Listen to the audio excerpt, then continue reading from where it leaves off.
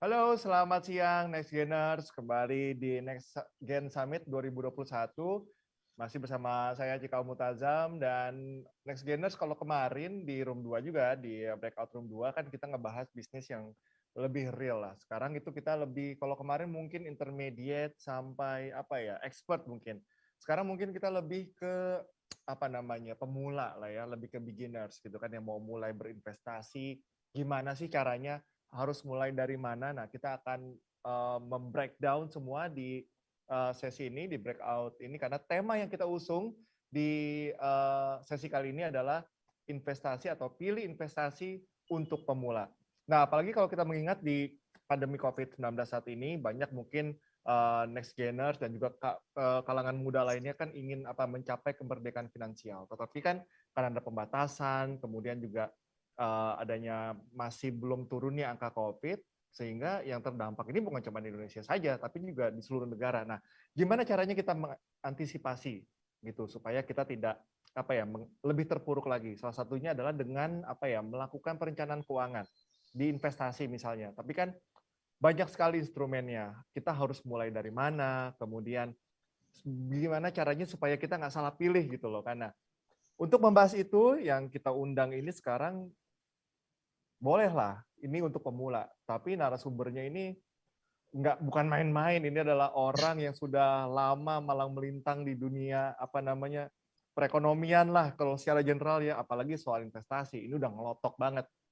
Sempat dijuluki juga Sri Kandinya pasar saham gitu ya, dan juga udah malang melintang di berbagai jabatan dari mulai direktur di Bursa Efek Indonesia, kemudian juga menjadi direktur utama di PT BRI Reksadana Sekuritas. Kita langsung sapa narasumber kita hari ini, Ibu atau Mbak Friderika Widiasari, Direktur Utama PT BRI dan Reksa Sekuritas. Halo Mbak Kiki.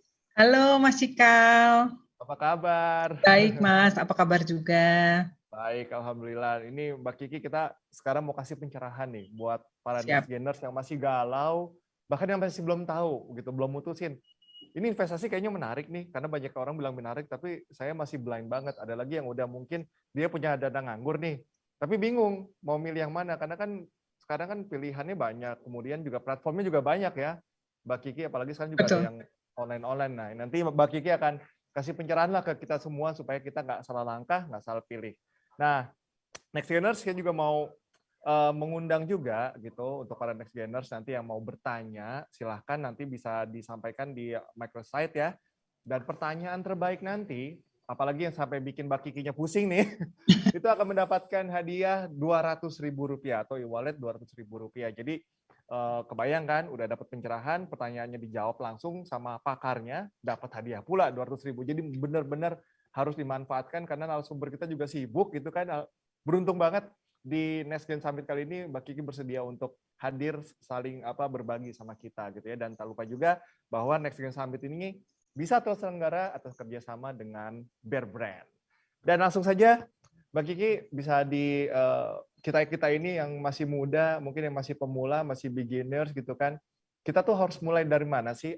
Apakah mindset-nya dulu kita harus harus berubah, atau memang instrumen-instrumen untuk kita berinvestasi di Indonesia itu emang sudah cukup komplit, tinggal kitanya aja yang mau atau tidak gitu ya, Mbak Kiki. Mungkin bisa dimulai Mbak Kiki, silakan. Terima kasih Mas Cikal. Pertama saya mengucapkan terima kasih nih kepada Berita Satu yang sudah mengundang saya. Acaranya keren banget, terus publikasinya juga luar biasa. Kayak semua orang yang saya kenal yang jauh-jauh ya, teman SD, teman TK gitu ya, tiba-tiba nge-forward flyer dari acara ini. Jadi sukses banget nih Mas Cikal. Congratulations. Thank you Mbak Kiki. Terus orang-orang juga pada kirim WA ke saya acara-acara kemarin yang ikut sama Pak Nadiem dan sebagainya. Jadi first of all congratulations and thank you for inviting me. Tadi pertanyaan Mas Cika menarik sekali ya. Ya mulai dari mana? Ya. Kalau menurut saya yang pertama adalah dari mindset kita dulu ya. Jadi money is not money itself atau investment is not investment itself. Ini tidak berdiri sendiri, tetapi ini akan mempengaruhi banyak aspek dalam kehidupan kita. Kalau boleh dibilang justru saya akan bilang kemerdekaan teman-teman dalam mengelola keuangan itu akan mempengaruhi kebahagiaan kita nanti ya. Orang bilang uang bukan segalanya, tetapi kalau kita tidak pandai mengelola keuangan kita, itu akan sedikit banyak akan mempengaruhi hidup kita ke depan. Ya mungkin terutama nih ini nih yang inilah ya, not to comment on something ya, tapi kita kemarin melihat ya ada public figure yang kemudian sudah menikah sekian tahun, tapi kemudian nggak punya aset apapun dan kemudian ketika terjadi sesuatu harus keluar dari rumah gitu ya. Saya nggak menyebut nama, tapi intinya adalah bagaimana sebenarnya kalau teman-teman yang nonton sini mungkin masih milenial. Kalau saya udah seorang ibu ya, punya anak kecil perempuan, bertanggung jawab untuk menyiapkan anak saya, baik laki-laki dan khususnya perempuan, untuk bisa mandiri secara finansial gitu ya.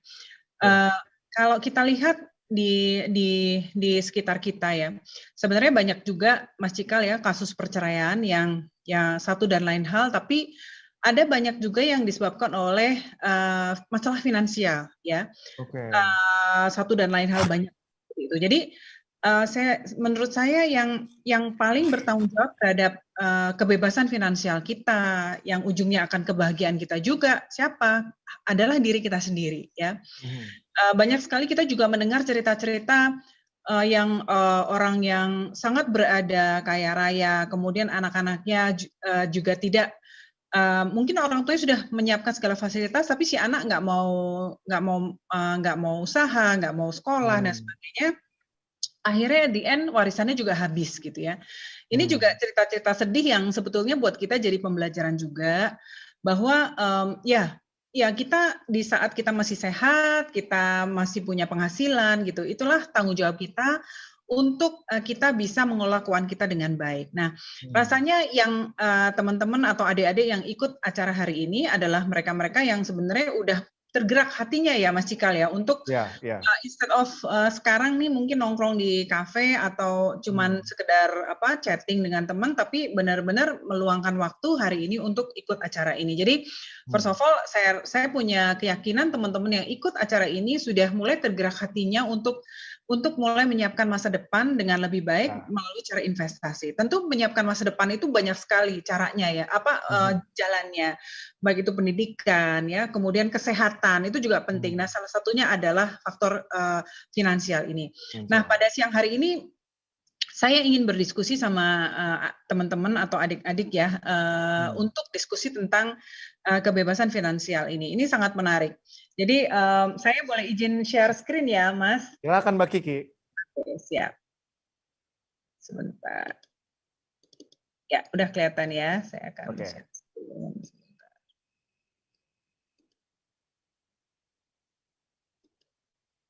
Baik. Aku nyebutnya next gener ya. Tadi Mas Cikal. Next geners. Aku nggak boleh so tua manggil adik-adik atau sok muda manggil teman-teman ya. Aku panggilnya next. Tua muda itu masalah mindset Mbak Kiki. Jadi kalau mindset masih kayak gini sih masih muda jatuhnya, masih milenial juga. Iya, maunya gitu ya maunya. Oke. Next gener. Pilih-pilih.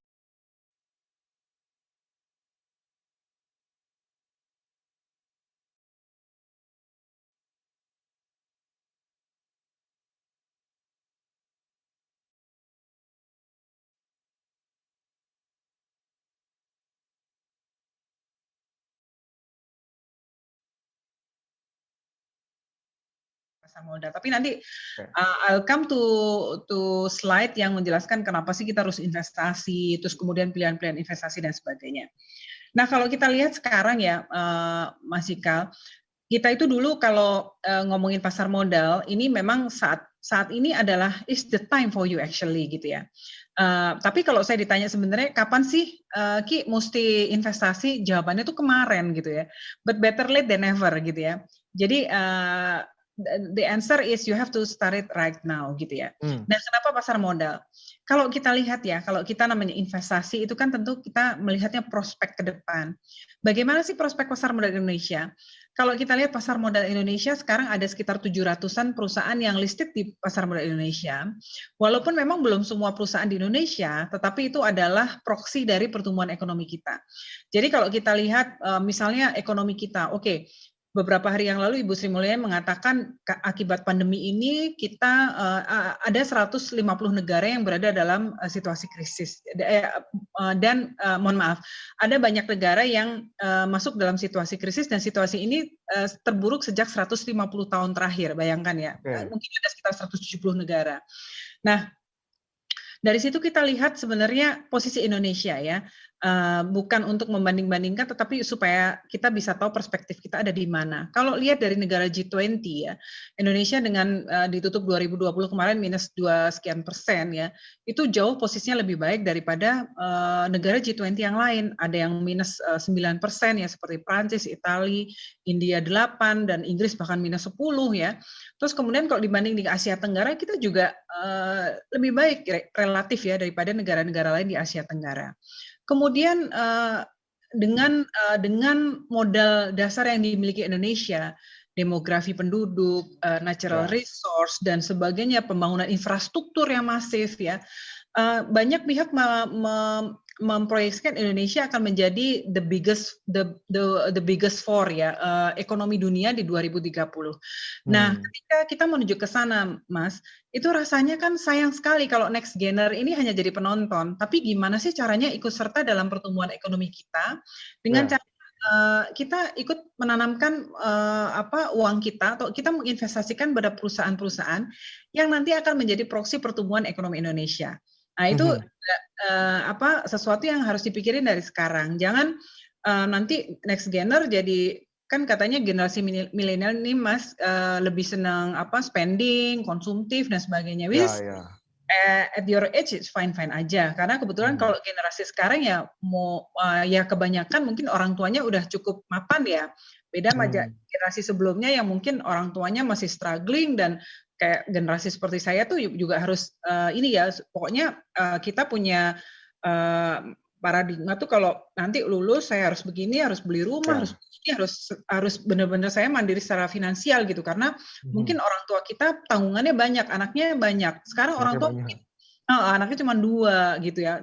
Saya aja orang tua saya anaknya 6, jadi nggak ada luxury untuk kita ngarepin warisan orang tua dan sebagainya. Jadi nah, kalau anak-anak milenial sekarang mungkin challenge-nya lebih gede ya, karena mungkin secara tantangan itu mereka kurang gitu ya. Jadi tapi saya yakin kalau mau open your perspektif gitu ya, mestinya persiapan itu dari sekarang.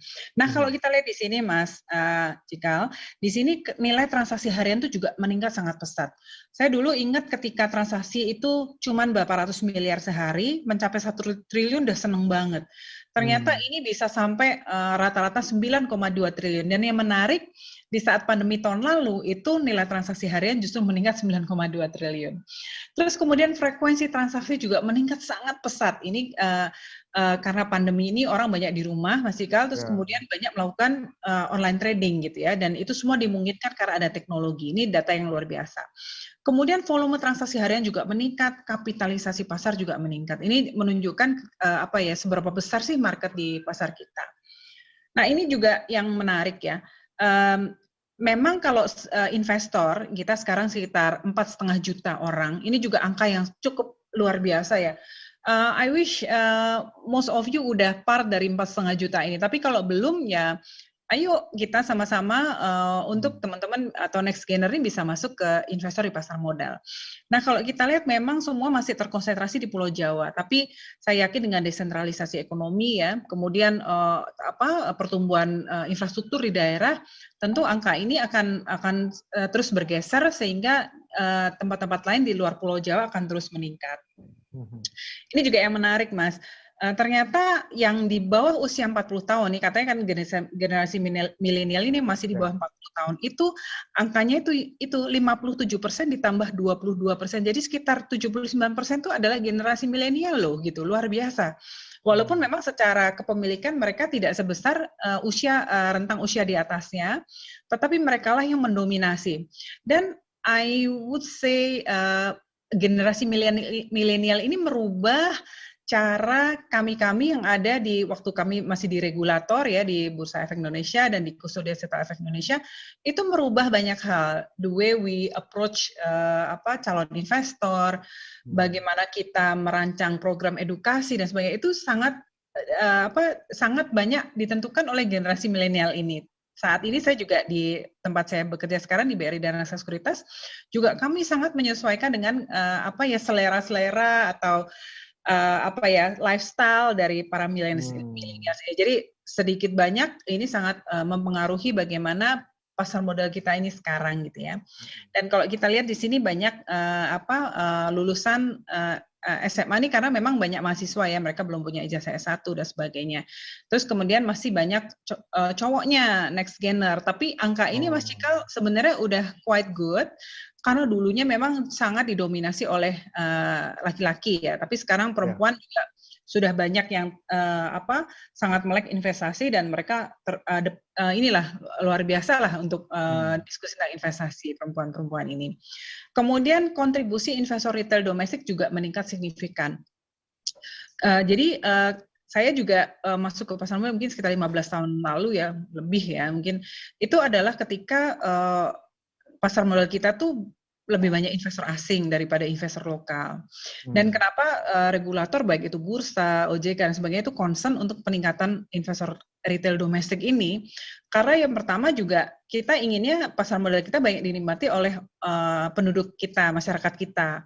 Yang kedua sebenarnya lebih untuk yang kedua meningkatkan kedalaman pasar. Yang ketiga juga lebih steady gitu Mas Cikal. Kalau kebanyakan investor asing, misalnya ada QE gitu ya, quantitative easing, kemudian ada gejolak krisis di Eropa, di Amerika, mereka cepat sekali keluar, mereka cepat masuk tapi cepat sekali keluar. Jadi ini adalah angka yang luar biasa. Kalau kita lihat di sini, investor retail, investor domestik kita yang di dalamnya ada investor retail sudah lebih dari 53%. So it's a good news.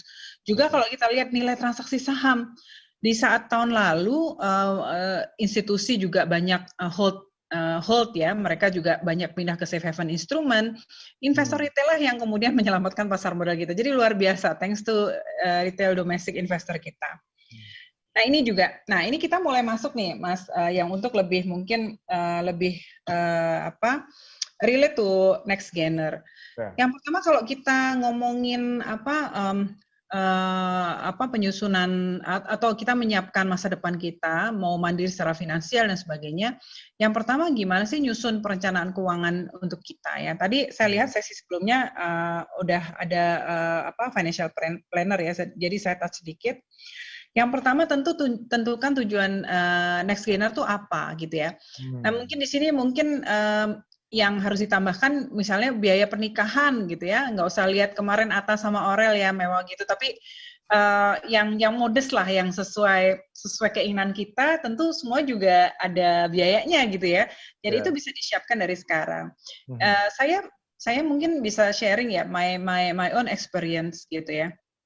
Saya ketika menikah itu waktu saya masih muda itu saya punya komitmen. Saya sudah lulus S1, tanggung jawab orang tua saya secara finansial sudah selesai. Saya komit seperti itu. Jadi ketika saya mau menikah dan sebagainya, saya udah prinsip semua harus dari uang saya sendiri gitu. Jadi saya benar-benar udah nyiapin, Mas Cikal ya seneng sih yang calon saya waktu itu nikah ya saya punya duit sendiri gitu. Jadi ya gitu deh. Nah saya rasa itu juga patut untuk disiapin juga ya sama teman-teman ya. Senang sih rasanya kita bisa meringankan orang tua kita, atau kalau orang tua kita tidak perlu diringankan dalam arti mereka cukup mampu gitu ya. Ya udah biar aja yang dimiliki orang tua kita untuk beliau berdua jalan-jalan, enjoy masa tuanya, bermewah-mewah mungkin silakan aja gitu, tapi kita udah bisa menyiapkan untuk kita sendiri. Atau kita pengen naik haji atau umroh, kita pengen liburan, kita pengen sekolah S2 misalnya gitu ya, atau S1 kalau belum ada dari orang tua gitu ya, aku harus bisa nyelesain sekolahku sendiri dengan uangku sendiri. Nah kebetulan kalau saya dulu juga waktu kuliah juga udah mulai kerja Mas Cikal, jadi udah bisa saya lebih bisa menghargai uang. Jadi mungkin konsep-konsep seperti ini saya lebih mudah menerima gitu ya. Nah, apa itu perencanaan keuangan ya? Jadi sebenarnya kalau ya namanya perencanaan keuangan yang tadi saya sampaikan, kita harus punya tujuan dari kita merencanakan keuangan. Kalau masih kuliah, masih generasi masih kuliah, masih ini ya, masih muda gini, semua lagi lucu-lucunya Mas Cikal ya, belum belum lihat the real life itu seperti apa ya, karena sekarang masih lingkaran foundation gitu ya, masih semuanya oke lah semuanya. Tapi once kita udah mulai masuk menikah gitu ya, nah itulah mulai argonya semua jalan gitu ya. Argo jalan tuh apa? Kalau kita hamil ya, kita hamil itu sepertinya ya pertama seneng lah kita hamil. Habis itu setiap kita kontrol ke dokter itu sudah biaya. Kemudian nanti belum waktu anak lahir biaya persalinan. Kemudian anak itu kayaknya lucu, tapi kemudian jadwal vaksinnya sekali vaksin berapa segala macam gitu juga itu semua biaya lah gitu ya. Jadi kalau pasangan-pasangan muda yang mungkin menikah belum siap itu mungkin dan bukan mungkin ya, saya banyak lihat juga kaget gitu karena semuanya tuh seperti banyak sekali kebutuhan yang harus dipenuhi gitu ya. Belum lagi kalau sakit. Nah, yang bagusnya kalau bekerja di kantor adalah banyak yang kemudian di-cover oleh kantor gitu. Tapi kalau misalnya next gener memilih untuk menjadi pengusaha ya, menjadi YouTuber misalnya seperti itu. Nah, hal-hal itu harus dipikirkan. Apakah dengan membeli asuransi itu juga harus dipikirkan. Kemudian tadi dana pernikahan udah, punya anak, kemudian uang sekolah anak ya. Kemudian kita tentu ini Mas Cikal, orang bilang generasi milenial ini generasi yang nggak kepingin beli rumah gitu karena lebih senang uangnya buat jalan-jalan, lebih senang untuk update sosmednya dan sebagainya. Saya rasa at the end of the day tetap semua orang tuh pengen punya rumah sih, saya yakin itu ya. Karena nggak bisa nomaden gitu, pindah-pindah dan sebagainya, tentu setiap orang pengen punya rumah sendiri. Dan saya rasa bentuk kita feel secure juga adalah salah satu kita punya aset rumah, di mana itu tempat kita berteduh, what we call home ya, dengan keluarga, dengan suami, dengan istri, dengan anak-anak, itu adalah rumah. Jadi mungkin pembelian rumah itu juga sesuatu yang harus kita rencanakan. Dan seterusnya sampai bahkan kalau next generation masih muda, pikirkan ketika Anda nanti memasuki masa pensiun. Misalnya jangan sampai juga ketika kita masuk pensiun ya pensiun ini jangan sampai juga nanti lifestyle kita juga berubah. Nanti yang ada pensiun masa tuanya nggak happy karena biasanya mungkin bisa makan di kafe, bisa nanti tiba-tiba pas pensiun benar-benar nggak bisa atau jadi nanti malah nggak happy gitu. Jadi saya yakin perencanaan keuangan yang baik sedikit banyak akan sangat berpengaruh terhadap kebahagiaan kita nanti gitu ya. Dan ini bukan sesuatu yang salah dalam ada orang yang bilang live for today gitu ya, besok ya besok. Kalau saya nggak dalam nggak in favor of that statement gitu, karena kalau saya justru lebih segala sesuatu yang bisa saya siapkan adalah saya siapkan sekarang. The rest is leave it to God gitu kan. Tapi ya paling nggak kita juga berusaha untuk menyiapkannya. Nah, yang pertama harus kita kenali kondisi keuangan kamu seperti apa gitu ya. Yang apakah next generation punya anggaran, kemudian punya catatan penghasilan dan pengeluaran atau enggak. Kemudian tentukan keinginan utama ya. Juga kita yang tadi saya sampaikan tuh bisa kita susun daftar kebutuhan berdasarkan prioritas serta asumsi waktu yang dibutuhkan untuk mewujudkan keinginan tersebut. Kemudian evaluasi keuangan kita. Nah, nanti kita ada evaluasi ya. Keuangan kita tuh sehat, apa biasa atau mengkhawatirkan gitu kira-kira ya. Tapi yang penting kita harus bisa tahu gitu ya. Terus kemudian yang berikutnya apa saja sih poin penting dalam penyusunan anggaran ya. Yang pertama miliki impian, tadi udah kita sebut ya, kita bahas. Kemudian kebutuhan menabung harus dimasukkan ke dalam anggaran ya.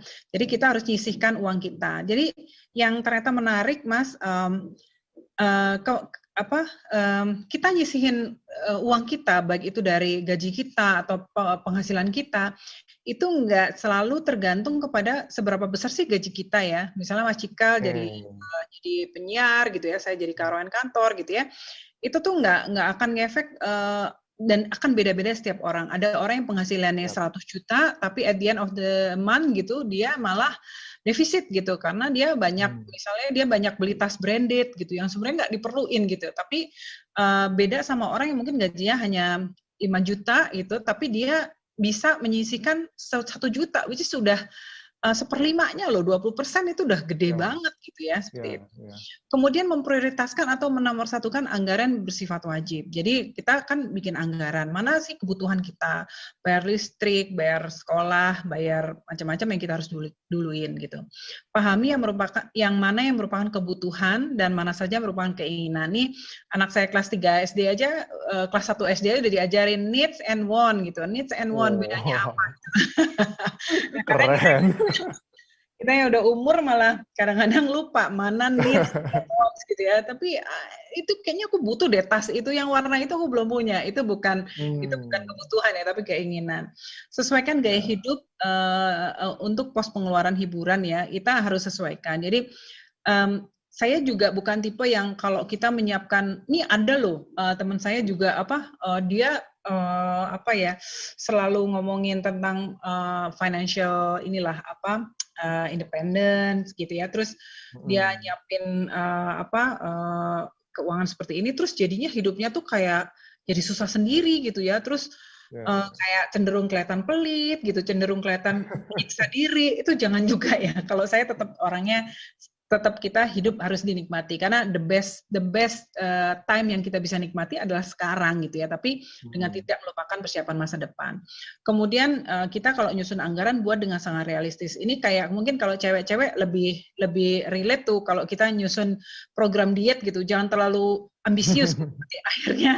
akhirnya kita capek, lelah katanya, akhirnya malah loss gitu ya. Ini kayak gitu juga, jangan terlalu ambisius tapi sangat realistis. Kemudian komunikasikan dengan anggota keluarga kalau kita lagi misalnya punya planning sesuatu. Kalau yang udah menikah, komunikasikan dengan spouse-nya. Kalau yang punya pacar ya komunikasikanlah dengan pacar gitu ya. Yang mungkin jadi mereka ngerti, oh kenapa sih makan di luar mungkin cuma seminggu sekali atau apa gitu. Jadi semuanya kalau dikomunikasikan dengan baik tentunya lebih bisa diterima semua pihak.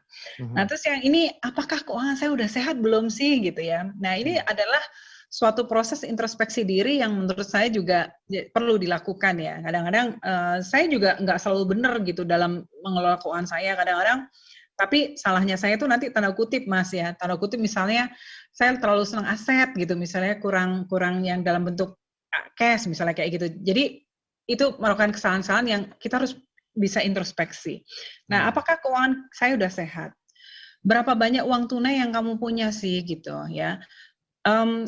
Orang bilang kalau kita pegang cash memang nggak boleh banyak-banyak. Itu benar ya, karena uang cash itu kita cenderung untuk spending. Tapi sebetulnya kita harus punya uang cash Mas Cikal untuk, apalagi kalau kita udah menikah ya, untuk dana darurat kita. Jadi misalnya sebulan kita mengeluarkan pengeluaran itu sekitar 5 juta, ya paling nggak kita punya uang di tabungan tuh 20 juta lah untuk kalau ada pengeluaran-pengeluaran yang tiba-tiba seperti itu ya. Nah kalau uang tunai kita kurang dari 4 kali pengeluaran rutin, nah itu sudah tanda ini juga ya, kita harus alert juga dan itu harus kita siapkan. Berapa banyak cicilan utang setiap bulan? Ini saya nggak tahu teman-teman next gener ini udah mulai nyicil sesuatu nggak? Kalau saya dulu dari mulai kuliah tuh kepingin misalnya punya motor ya dulu. Pengen punya motor sendiri gitu, terus kemudian kita naik kelas lah, pengen punya mobil sendiri gitu ya. Itu boleh-boleh aja ya kita nyicil gitu ya. Tapi sebenarnya kalau kendaraan itu bukan aset yang yang terlalu bagus dalam hal harganya itu akan terus turun gitu. Begitu keluar dari showroom harga itu pasti udah jatuh. Tetapi untuk mobilitas kita memang harus punya sih mobil itu atau motor, kita harus punya gitu ya untuk mobilitas kita, untuk menunjang pekerjaan kita dan sebagainya. Tapi cicilan utang nggak boleh banyak-banyak, maksimal 35% dari penghasilan bulanan. Ini yang biasa kita cheating itu gini, kalau kita mau nyicil rumah gitu kan, dari bank nanti kan mengakses keuangan kita. Nah mereka akan tentukan cicilan tuh nggak boleh lebih dari biasanya 30% dari penghasilan kita. Tapi kan itu di bank ini gitu ya, kita nyicil rumah, nanti kita nyicil mobil atau nyicil motor, lain lagi nyicil TV misalnya gitu ya. Itu lain lagi, jadi atau kredit card yang bisa beli barang misalnya cicilan 0% setahun gitu ya. Nanti at the end loh ternyata uang kita yang buat kita cicil-cicil gitu udah lebih dari 50%, 60%. Nanti itu juga 15 ya. Nanti kita stres malah tiap bulan gitu kan. Kapok tuh pakai yang cicilan 0%. Kok saya lihat bill ini lama-lama mau marah gitu ya. Ya gitulah. Ya. Udah jebakan sendiri ya. Bener Mas Cikal, ya bener udah ngalamin juga berarti kayaknya ya. Sama lah, aku juga pernah gitu. Kurang lebih. Ya. Terus kita harus menabung berapa setiap bulan? Ya paling nggak 1/10 dari penghasilan bulanan kita. Ya kita sisihkan dulu lah buat nabung gitu ya. Ini juga harus kita niatkan gitu ya. Terus jangan lupa juga kewajiban kita sebagai orang beragama kan beda-beda ya. Mungkin kalau di Islam gitu 2,5%, ada yang lain-lain. Silakan untuk jangan lupa dilakukan. Jadi jangan kita membuat excuse, kita merencanakan masa depan ya Tuhan maaf ya saya nggak nyisihkan gitu ya buat itu, jangan juga gitu ya, nggak boleh. Kita nggak pernah tahu kan kita hidup sampai kapan gitu ya. Terus seperti apa anggaran yang ideal sih ya? Tentunya ini beda-beda ya, sangat beda-beda tergantung dari diri kita sendiri, usia kita gitu ya. Kalau yang masih muda sama yang udah mendekati masa pensiun tentu sangat berbeda. Status perkawinan kita, menikah enggak? Terus kalau menikah tanggungannya berapa? Kita punya anak berapa? Apakah kita support orang tua kita? Apakah orang tua kita tinggal sama kita gitu ya? Terus kondisi perekonomian kita seperti apa dan kondisi kesehatan seperti apa. Nah contohnya kalau ini single ya, kerja single gitu, dana darurat ideal tadi misalnya 4 kali, di sini sekitar 3-6 kali pengeluaran sebulan. Kalau bekerja menikah, dana daruratnya minimal 9 bulan ya, karena kalau kita lihat ya memang kalau udah menikah punya anak tuh ada aja gitu ya yang kebutuhan yang di luar yang direncanakan, dan itu yang bagus adalah kita punya dana darurat tersebut. Nah ini adalah contoh anggaran yang ideal ya. Kemudian kalau untuk pos biaya-biaya kalau bisa jangan lewat dari 40% gitu ya. Terus kemudian cicilan tadi ya kalau bisa antara 20-30 gitu ya. Terus yang lain-lain misalkan infak sedekah bisa 2,5 gitu ya dan sebagainya. Jadi itu yang kita harus atur sendiri. Nah, kenapa sih kita harus investasi gitu ya?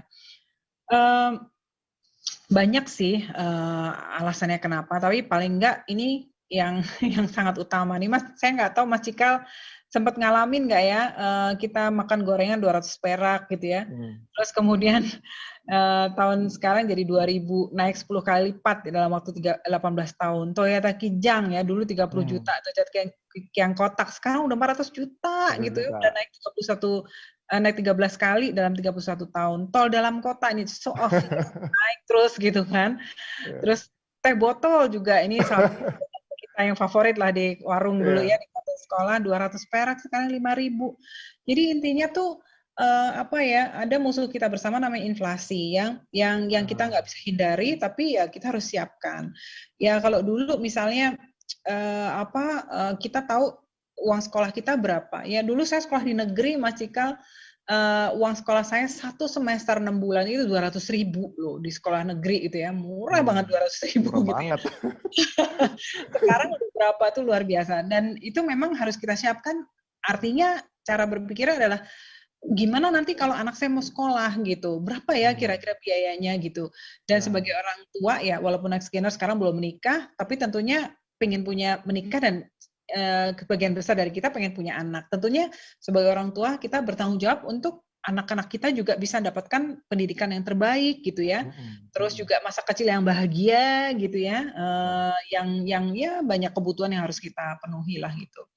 Nah sebenarnya investasi itu apa sih? Investasi itu banyak sekali definisinya, tapi paling enggak itu adalah yang gampang tuh adalah ya kita menanamkan uang yang kita miliki sekarang untuk mendapatkan keuntungan di masa yang akan datang. Tujuan investasi bisa macam-macam. Yang pertama kita mau ngebit inflasi tadi ya gitu ya. Kemudian kebebasan finansial, dan menurut saya kebebasan finansial adalah sesuatu yang merupakan tanggung jawab kita sendiri ya.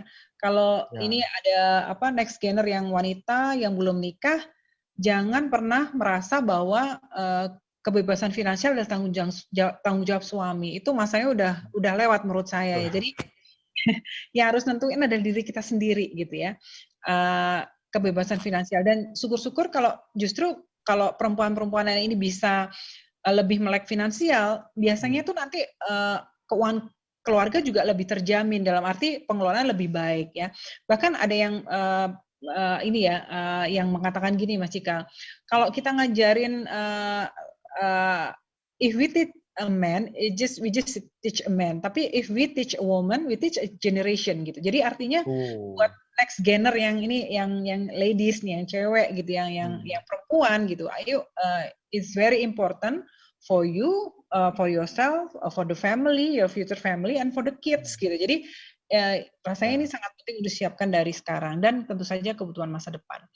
Kemudian ini pertanyaan menarik, investasi apa sih yang bagus buat saya Mas Cikal gitu? Bu Gigi apa sih, Mbak Gigi apa sih yang bagus buat saya? Itu macam-macam jawabannya ya. Tapi sebenarnya sebelumnya kita harus kenali profil risiko kita sebelum kita investasi. Nah, kalau kita mau buka reksadana misalnya, nanti kita ngisi form-form gitu yang kemudian kita akan diketahui kita ini senang tingkat risiko seberapa yang bisa kita terima, apakah konservatif, apakah moderate atau agresif gitu. Nanti itu adalah bisa menyesuaikan dengan investasi kita. Tapi kalau saya sih nggak terlalu terpaku pada itu. Yang saya tahu adalah kunci utama dalam investasi itu kan adalah diversifikasi ya Mas Cikal ya. Jangan pernah taruh uang kita di satu instrumen yang sama gitu. Jadi termasuk dengan tingkat risiko ini, kalau akun saya pribadi ya, which is berbeda satu orang dengan yang lain, saya selalu berusaha melakukan diversifikasi dan saya punya semua yang konservatif, yang moderate dan agresif saya punya gitu ya. Jadi jadi ini juga bisa ya bagus untuk setiap situasi. Kita bisa misalnya kalau lagi saham lagi bagus kita punya saham gitu. Tapi kalau lagi nggak bagus ya kita punya investasi di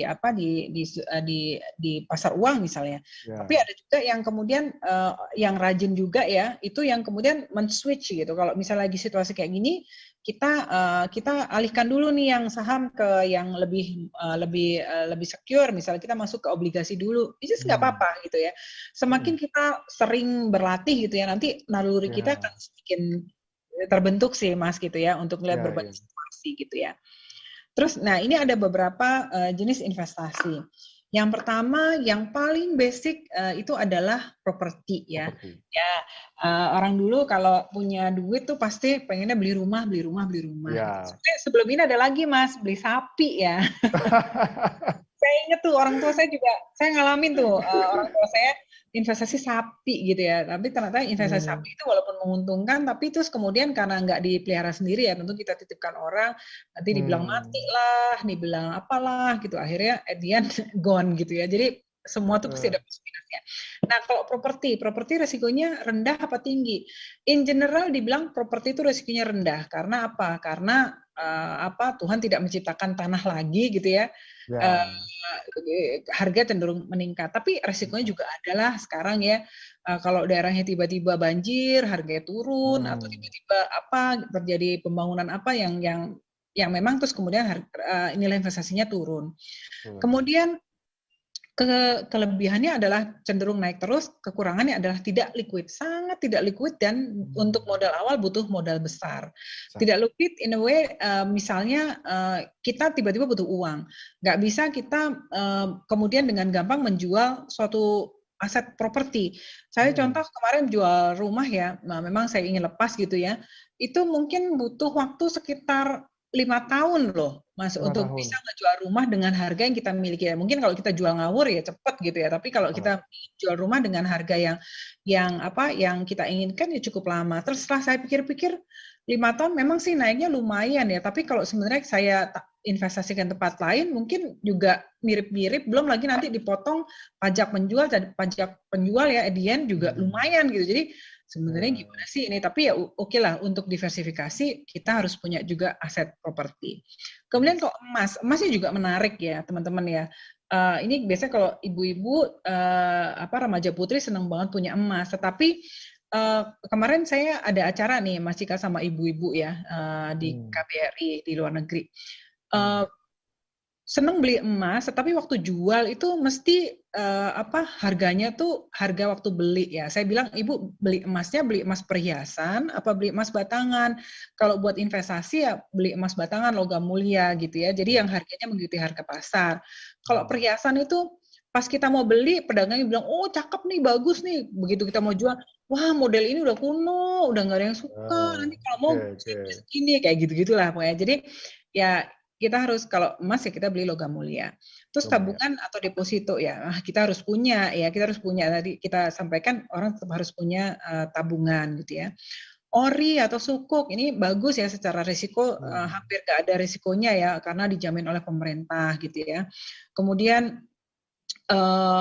dia lebih risikonya juga rendah, hampir nggak ada tadi saya bilang, returnnya konservatif tapi quite good untuk saat sekarang dengan imbal hasil yang cukup lumayan.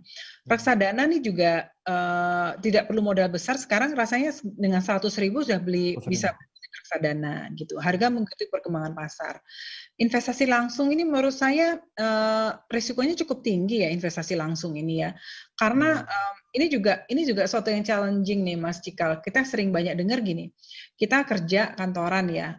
Saya di kantor gitu ya. Tahu Mas Cikal nanti kalau udah pensiun jadi penyiar misalnya, saya mau mulai bisnis inilah gitu. Bisnis nggak kayak gitu loh, karena itu juga perlu latihan. Yang ada banyak orang pensiun, kemudian dibuka restoran atau apa, akhirnya tutup, bangkrut gitu ya. Cepat gitu ya. Hilang ya, karena memang tidak terlatih untuk jadi pengusaha gitu ya. Terus biasa kita di kantor ada anak buah, ini juga nyerahin ke orang, akhirnya gone gitu ya. Jadi itu juga sesuatu yang perlu kita pikirkan. Saham ini resikonya orang pada bilang tinggi. Kayak saya sih sebenarnya manageable selama kita tahu apa yang kita beli, terus kemudian fundamentalnya seperti apa. Jadi in general dibilang tinggi. Menurut saya sih manageable, bisa terukur ya selama kita tahu saham apa yang kita beli. Kemudian cenderung memang returnnya agresif ya atau bisa sangat tinggi ya. Banyak orang dapat durian runtuh lah dari pasar modal, tapi ada juga yang uangnya kemudian hilang karena tidak pintar mengelola milih saham gitu. Nah ini Mas Cikal, ini pasti banyak juga yang punya pertanyaan tentang hal ini. Bagaimana sih udah pengen investasi tapi kemudian ternyata masuknya salah Mas Cikal, bukan investasi yang benar malah penipuan-penipuan investasi yang banyak sekali di sekitar kita.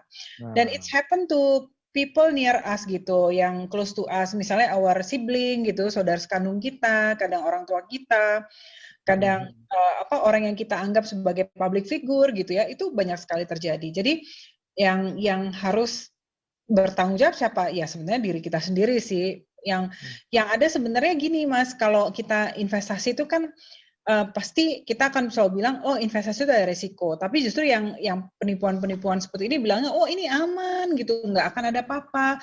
Setiap bulan kamu bisa dapat return sekitar 15%, dan yang this is too good to be true lah gitu ya.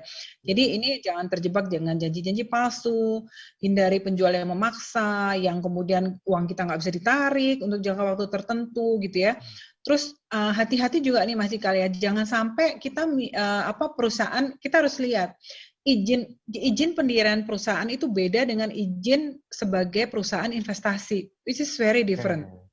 Banyak orang bilang enggak, ini ada izinnya kok PT ini. Itu mesti hati-hati, karena kalau yang perusahaan investasi bisa dicek di OJK apakah dia terdaftar atau tidak gitu. Jadi selalu ingat hal itu, cermati izin dari badan pengawas, kemudian hindari perusahaan yang nggak jelas, misalnya perusahaan itu basisnya di Amerika misalnya, atau di Timur Tengah, di Eropa, yang dulu kelihatannya sophisticated kalau kita sesuatu yang berbau keluar negerian, tapi kita harus lihat di mana gitu. Kalau menurut saya sih yang justru bisa kita lihat sehari-hari, misalnya kalau ya perusahaan-perusahaan yang produknya bisa kita nikmati sehari-hari lah, itu yang mungkin menurut saya sangat aman ya gitu ya.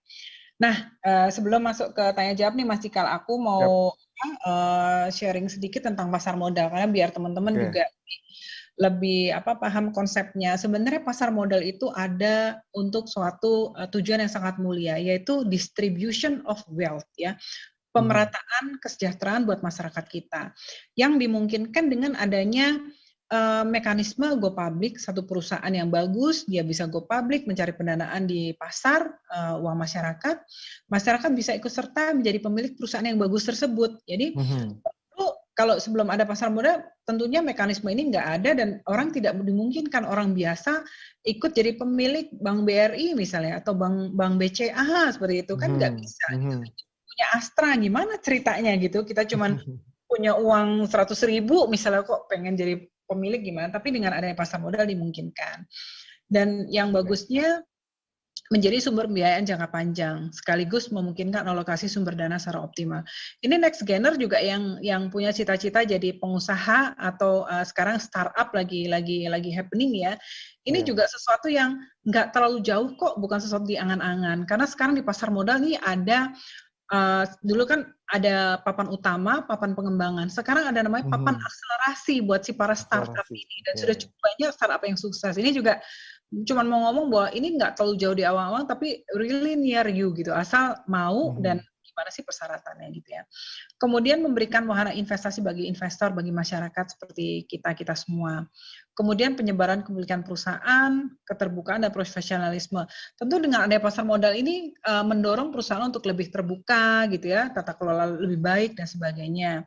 Kemudian menciptakan lapangan kerja proses yang menarik. Ayo mau berkarir di pasar modal gitu, itu ada juga izin-izin yang harus atau lisensi-lisensi yang adik-adik harus ikuti gitu ya. Nanti itu bisa kalau ada pertanyaan lebih lanjut. Kemudian karakteristiknya apa sih? Ya cermin aktivitas ekonomi, kemudian dinamis dan terus inovasi. Ya, kalau boleh dibilang industri pasar modal itu sangat inovatif ya. Sekarang kita bisa trading dari rumah gitu ya. Sekarang buka akun yang dulunya bisa berhari-hari, sekarang cuma less than 30 minutes, itu luar biasa. Keterbukaan investasi gitu ya, dan banyak sekali hal-hal positif di dalamnya.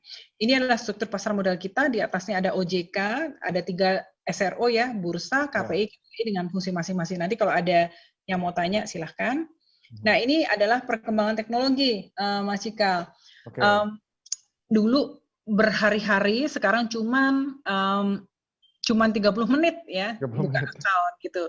Ini kalau account investasi kan ada dapat SID, Single Investor Identification, kemudian ada rekening efek dan ada rekening dana nasabah gitu. Nah ini adalah salah satu investor paling sukses ya dalam sejarah human history gitu ya. Dia bilang never invest in a business you can understand ya. Jadi kalau nanti teman mau memilih saham atau investasi apapun, jangan invest di sesuatu yang kita nggak paham gitu. Jangan ada paradigma yang semakin gue nggak ngerti semakin keren. Itu kan ada yang kayak gitu. Padahal sebenarnya sesuatu yang keren adalah sesuatu yang bisa kita ngerti gitu loh ya gitu. Kemudian price is what you pay, value is what you get. If you aren't thinking about owning a stock for 10 years, don't even think to own it for 10 minutes. Artinya gini, jangan beli perusahaan-perusahaan yang nggak jelas gitu ya. Karena kalau kita nggak bisa mikir, gue mau nggak ya punya perusahaan itu 10 tahun, kalau kita pikir nggak, kayaknya nggak jelas, so don't buy it gitu. Kalau beliau ini memang agak lebih ke fundamental. Jadi memang investor itu ada long term, ada short term gitu ya. Jadi ada yang trader gitu, which is okay, semuanya pilihan, tapi harus tahu ya pro and cons-nya apa. Terus ini yang menarik dan kontekstual kepada kita saat ini, Mas Cikal. Great investment opportunities come around when excellent companies are surrounded by unusual circumstances that cause stocks to be misappraised. Jadi sebenarnya potensi investasi yang luar biasa itu terjadi ketika perusahaan-perusahaan yang bagus itu sedang dalam situasi yang nggak normal. Yang krisis kemarin tuh loh, yang karena pandemi itu kan market bisa turun sampai 3.900. So that's the time actually to buy gitu ya. Jadi kalau kita udah ngerti seluk-beluknya, tentu setiap hari banyak opportunity sih. Mungkin saya stop di situ, Mas Cikal. Nanti saya welcome untuk tanya jawab. Makasih, Mas Cikal. Thank you banget ya. Ini udah clear banget, tadi jelas banget penjabaran dari Mbak Kiki ya. Ini yang masih pada awam, sekarang udah harusnya sih sudah mulai udah mulai kebuka lah gitu kan, saya mau mulai dari mana kayak gitu kan. Yang penting ya tadi kita harus mengutamakan kayak lebih more quality minded gitu lah ya. Kita harus yang lebih paham gitu, jangan memilih asal-asalan, apalagi yang kita nggak paham gitu, cuman biar dibilang keren-kerenan doang gitu ya. Oke, dan sekarang kita langsung aja, Mbak Kiki, ini udah banyak banget pertanyaan yang masuk, kita langsung aja bacain ya Mbak Kiki ya. Mungkin 2 pertanyaan boleh ya Mbak Kiki? Boleh banget, boleh banget. Oke. Ini ada teman kita dari Papua Barat, Muhammad Arfian. saya ingin bertanya, apakah investasi berbasis trust tanpa underlying seperti cryptocurrency dapat menjadi pilihan bagi investor pemula, apalagi sedang hangat di kalangan milenial karena mudah sekali diakses? Terima kasih. Lalu ada Abdullah Emir Pramudia. Saya pernah mendengar pernyataan bahwa kita harus melakukan diversifikasi portofolio kita. Pertanyaan saya, seberapa beragamkah diversifikasi portofolio kita? Terima kasih. Thank you, Mas. Yang pertama, cryptocurrency ya. Memang ini sekarang lagi banyak dibicarakan. Tetapi tadi sebenarnya yang tanya sudah ngerti sih sebenarnya. Itu nggak ada underlying-nya ya, Mas ya. Karena benar-benar kalau kita investasi itu harus sesuatu yang ada underlying-nya. Nah ini nggak ada. Jadi sebenarnya intinya adalah kalau kita invest ke bentuk-bentuk seperti itu, potensi gain pasti ada, tetapi potensial loss-nya juga unlimited ya, karena nggak ada underlying-nya sama sekali apa gitu ya. Jadi for me myself, saya nggak invest dalam cryptocurrency. Jadi buat saya investasi itu sesuatu yang nyata ya, dalam arti misalnya saya punya uang yang saya dapatkan dari gaji saya kerja 1 bulan penuh gitu ya. Saya ingin investasi di sesuatu yang saya yakin saya bisa tahu uang saya itu ada di mana dan kemudian digunakan untuk apa. Misalnya kalau saya masuk ke perusahaan seperti sekelas Astra misalnya, ya saya tahu di jalan-jalan banyak mobil keluaran Astra dan sebagainya. Dan saya ikut serta dalam menjadi pemilik dari Astra yang nanti rules-nya nama saya ada. Nanti kalau pas bagi dividen saya dapat gitu. Jadi as simple as that sih sebenarnya kalau saya seperti itu. Nah, terus pertanyaan kedua Mas Cikal. Pertanyaannya sangat bagus dan menarik ya. Tadi udah ngerti tentang diversifikasi, tapi seberapa diverse sih gitu ya? Itu is a good question karena kalau terlalu banyak diversifikasinya, yang pertama adalah kemungkinan kita lupa. Saya pernah ngalamin juga tuh ya, saking beli yang plenik-plenik gitu kecil-kecil di reksadana ini sih cobain semua gitu ya, namanya juga kepo ya, pengen cobain gitu. Akhirnya yang ada Edian kadang-kadang lupa gitu kita punya itu ya. Akhirnya kemudian ini juga satu penting, kita harus catat semua yang kita miliki ya. Kita beli asuransi, kita punya tabungan di mana, buka akun di mana, yang ada ATM-nya, kartu kredit di mana, terus kemudian kalau kita investasi di mana aja, kita punya ori nggak, kita punya sukri nggak, kita punya reksadana di mana gitu, itu harus kita catat. Nah, pesan saya di sini satu, kalau misalnya kita mau diversifikasi dalam saham gitu ya, diversifikasi dalam saham jangan banyak-banyak juga, karena kan Anda nggak bisa punya segitu banyak waktu untuk monitor juga gitu ya. Tapi paling nggak diversifikasi dalam hal jenis jenis industrinya, misalnya saham yang akan naik seiring dengan pertumbuhan ekonomi, atau justru saham yang resilient ketika terjadi krisis atau ekonomi sedang buruk nih, saham-saham yang akan terus resilient, atau saham-saham yang akan kalau ada sesuatu ini yang bagus dan sebagainya. Jadi yang dalam keadaan apapun kita akan selalu make money gitu loh. Jadi seperti itu. Jadi lebih ke industrinya seperti apa, sektor-sektornya kita lihat, dan juga kemudian lihat perusahaannya. Jadi diversifikasi yes, tetapi jangan terlalu kebanyakan sampai kita ribet sendiri, gitu, Mas. Oke, semoga sudah terjawab ya. Ini dua bro. Sebelum kita lanjut ke pertanyaan dari Next Gainers, ini ada pertanyaan dulu. Ini kan kalau kita investor pemula yang masih sangat merasa awam nih Mbak Kiki, ini kan biasanya meminta pihak ketiga lah, seperti apa sih namanya manajer investasi lah gitu. Nah, gimana cara memilih manajer investasi yang benar gitu? Kalau di market itu bagusnya tuh ini ya, pemainnya tuh itu aja sebenarnya ya. Jadi kalau di market itu kan tadi di slide saya ada satu mengatakan very highly regulated. Jadi satu industri yang regulasinya itu banyak banget. Terus kemudian track record itu bisa dibaca gitu oleh kita semua. Jadi kalau misalnya pilih sekuritas juga yang kemudian kita lihat background-nya seperti apa gitu. Kemudian pilih MI, manajer investasi, kemudian bagaimana performanya, pas performanya seperti apa, apakah kinerjanya baik, itu semua ada, kita bisa lihat gitu ya. Dan kemudian kalau di di perusahaan sekuritas juga lihat contohnya misalnya atau gini, kalau di perusahaan sekuritas tidak semua perusahaan sekuritas itu melayani investor retail. Itu satu hal juga ya. Jadi ada yang sekuritas yang khusus melayani nasabah institusi atau mereka memang tidak fokus dalam melayani investor retail. Itu juga jangan dipilih karena biasanya kalau yang fokus ke investor retail punya hal-hal yang memang sesuai dengan kebutuhan investor retail. Kan saya asumsi Anda retail ya, individu seperti kita semua. Jadi nanti risetnya juga yang cari yang bagus. Karena yang penting kalau kita investasi adalah informasi, Mas Ikal ya. Jadi bagaimana kita punya informasi tentang sektor tertentu yang itu bisa didukung dari hasil riset yang kuat gitu. Terus kemudian tadi ya, yang penting juga track record yang bisa kita carilah dengan mudah gitu ya. Dan yang jelas harus terdaftar ya Mas ya. Kalau perusahaan sekuritas gampang banget, lihat di websitenya Bursa Efek Indonesia itu ada sekitar 100-an perusahaan sekuritas. Terus kalau yang perusahaan-perusahaan lain cek di OJK itu ada semua. Oke, kita lanjut lagi Mbak Kiki ya ke Next Gainers nih. Ini ada Anissa Shiva dari Universitas Negeri Surabaya. Untuk seorang mahasiswa yang masih belum memiliki pendapatan dan ingin memulai investasi, instrumen apa yang cocok? Dan biasanya investasi ini diiringi dengan tujuan keuangan. Kalau saya belum menentukan tujuan keuangan saya, apakah saya layak untuk memulai investasi? Oke, yang selanjutnya Muhammad Fahmi dari Cimahi. Izin bertanya, gimana sih cara agar mengubah pandangan masyarakat yang menganggap investasi di produk keuangan atau saham, reksadana, obligasi itu sebagai judi, karena banyak masyarakat belum melek kali ya investasi di produk keuangan atau saham. Ya. Oke.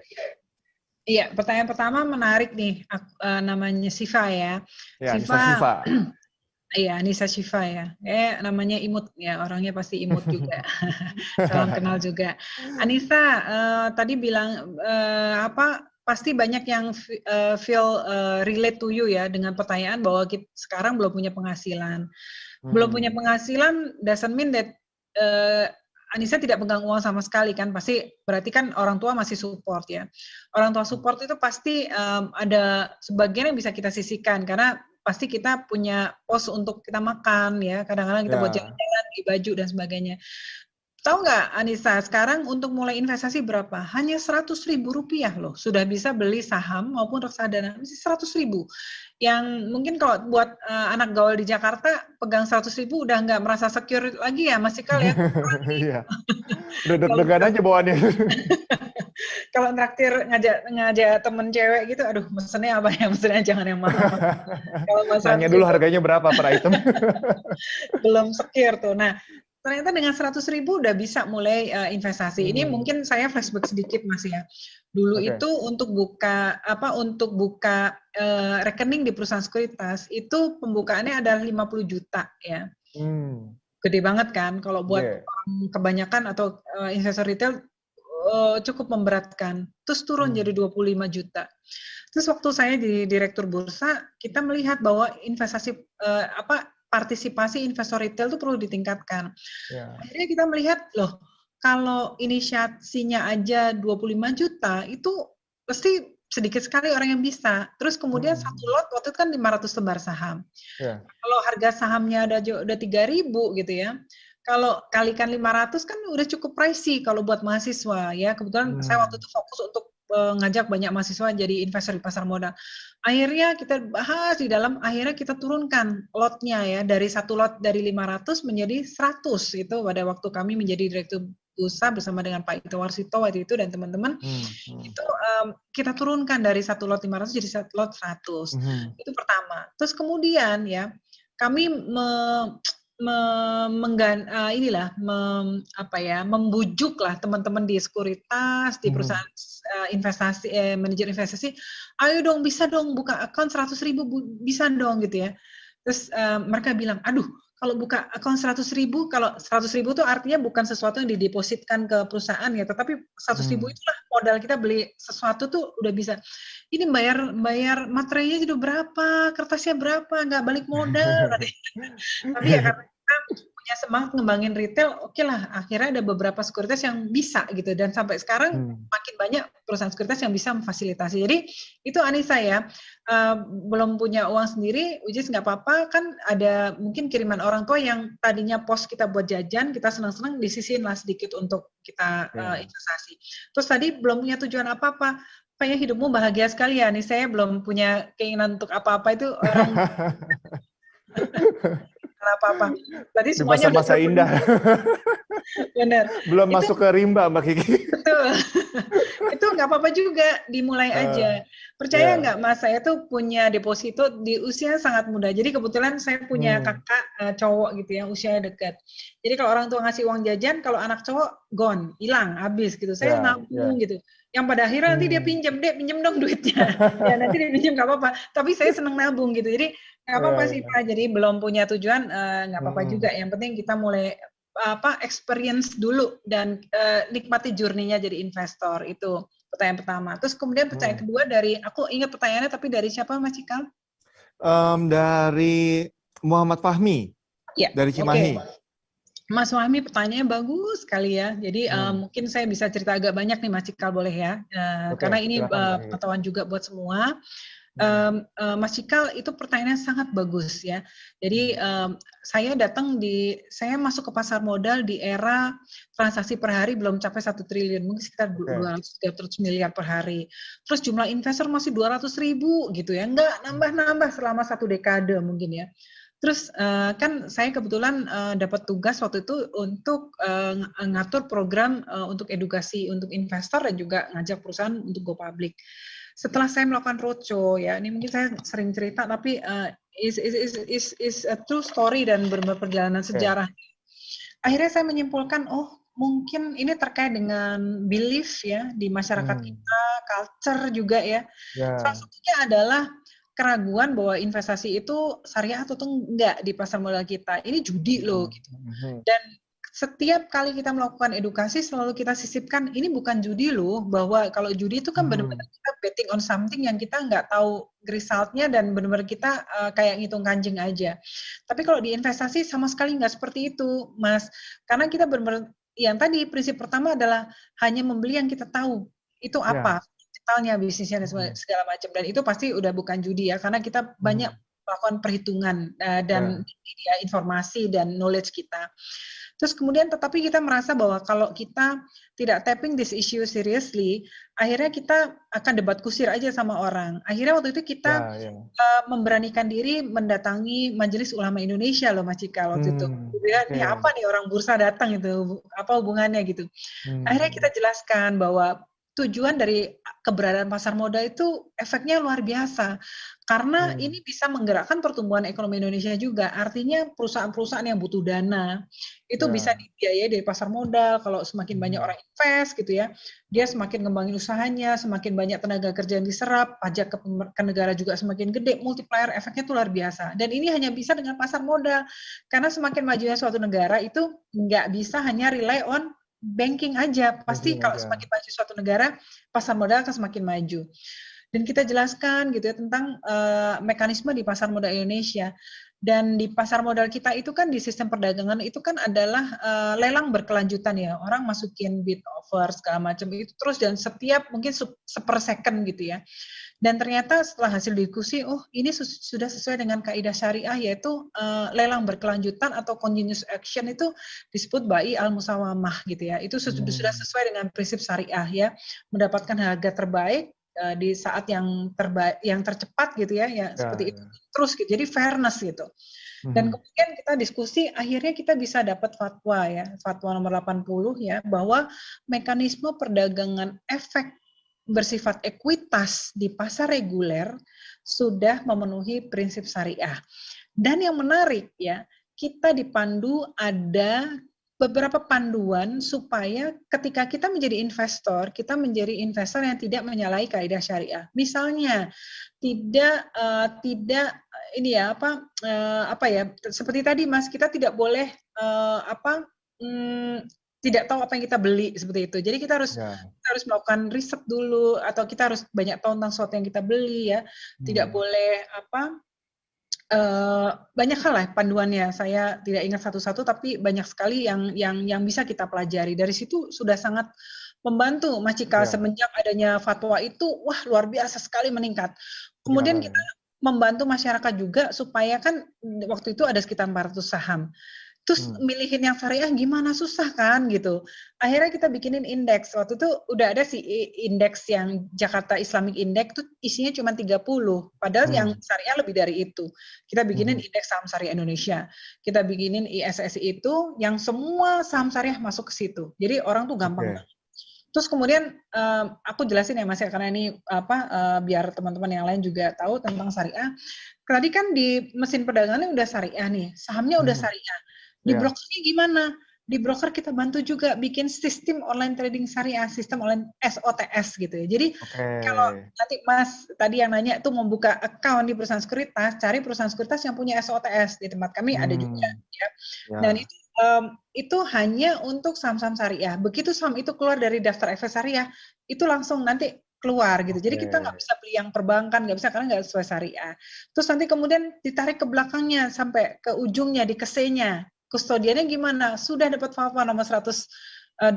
Jadi alhamdulillah Mas dari mulai hulu sampai hilirnya semua udah bisa memenuhi kaidah syariah selama kita memang memilih untuk jadi investor syariah. Jadi ada jalurnya sendiri gitu Mas Cikal. Mungkin itu yang bisa aku jawab.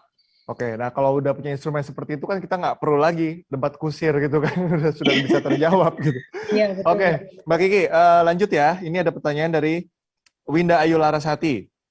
Gimana membangun mindset takut rugi atau nggak cuan untuk berinvestasi bagi pemula? Oke, selanjutnya dari David, Jakarta.